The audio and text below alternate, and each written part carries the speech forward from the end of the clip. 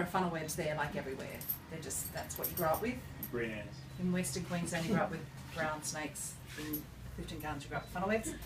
And so we have this shed at the back of our home, and it's really cold and dark and damp. And I just have this fear, like when I was little, I used to not go to bed with my legs down in the bed. They would be scrunched up, like until I was about 12. Because I thought there were funnel webs down there. So anyway, I got the same feeling when I do get the same feeling when I get to the entrance of the shed. So I thought, okay, I'll choose the shed, I'll go straight down the back, I'll find something, face my fear, turn around and walk away. So I went this afternoon and I got some spider web. Bravo. That's great. Yeah. Who's next? Ross? Yeah. Ross. Ross. Around the corner. Yeah. Ross. You want to talk about why you chose? So Ross is over here. So, for me, finding a place that I could pledge that I wouldn't go back to was really difficult until I thought of McDonald's. I've been into one for 28 years, never been there, no desire to go back. So hence my McDonald's one. So what time of the day did you buy this? That was at 5 to 6. So. It's still alive. It's still alive.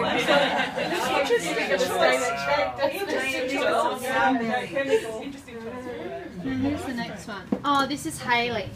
So Hayley, Hayley's been an artist in residence with us over the last 2 weeks from Sydney, and she's always been fascinated by the store downstairs and talks about how the last time she was here, she wanted to go in and Tan grabbed her arm. Nice save.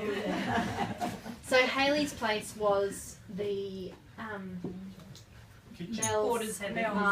Mel Martin's kitchen Yeah. shop. Yeah. And she said she spent about 20 minutes in there, and he talked all about the last 3 customers, and he just chatted to her the whole time. She loved it. She was really disappointed. See, I was so She wants to go back.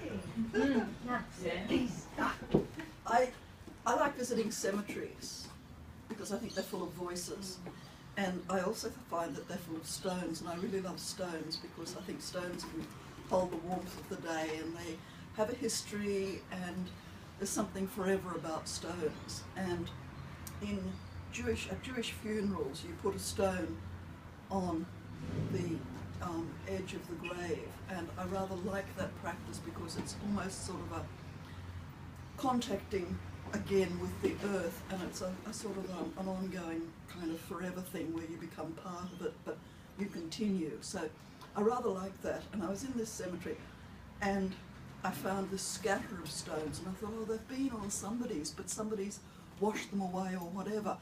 And I really got quite upset about that, and I kept gathering them and putting them on graves because I thought they have to have some sense of purpose, and you know, they're feeling desolate that they're not doing their job.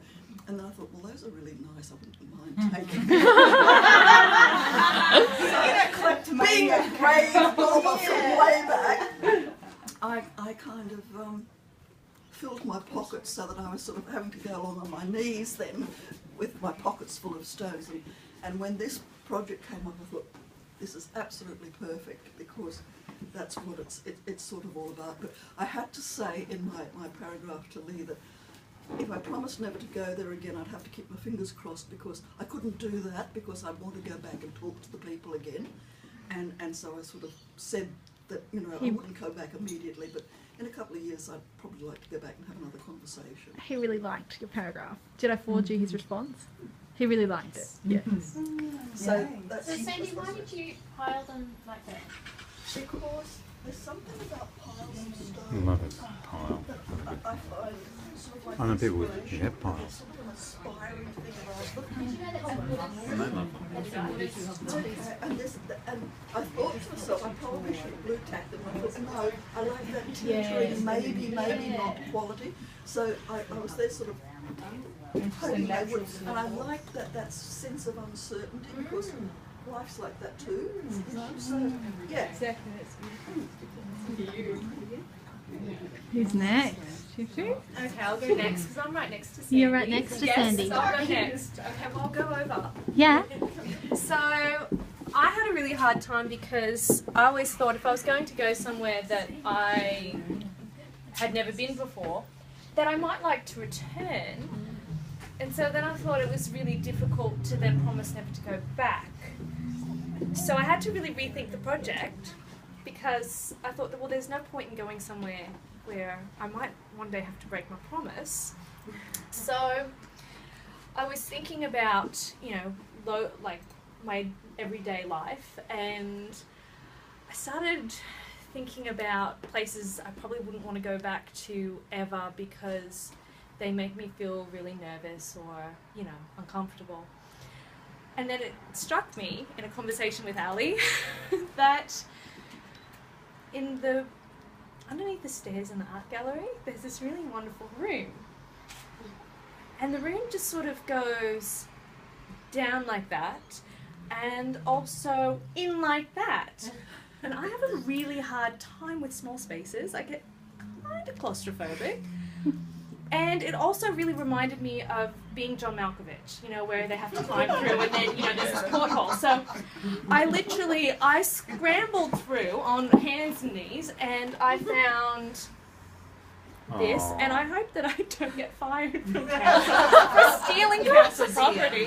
So just now that it's on the record and I'm touching it, so that's what I took in, and now I'm never going back there. So just a word to the wise, someone else is going to have to do that. I'm never ever going back there. It was really uncomfortable. That's great. I didn't make it do it for the record. Yeah, no. I literally had to sneak in there so no one knew what I was doing, and that just caused me panic because I had to close the door. So I was like, I'm just asked, Ali. You've really done it, Tiff, because that's about facing your fear. yeah, but I didn't want to go back there again. Face the fear. Who's next? Professor. Oh, it's me. Yeah. All right. So this is my object. Now I have done something to this before I brought it here. I've actually added a little bit of paint.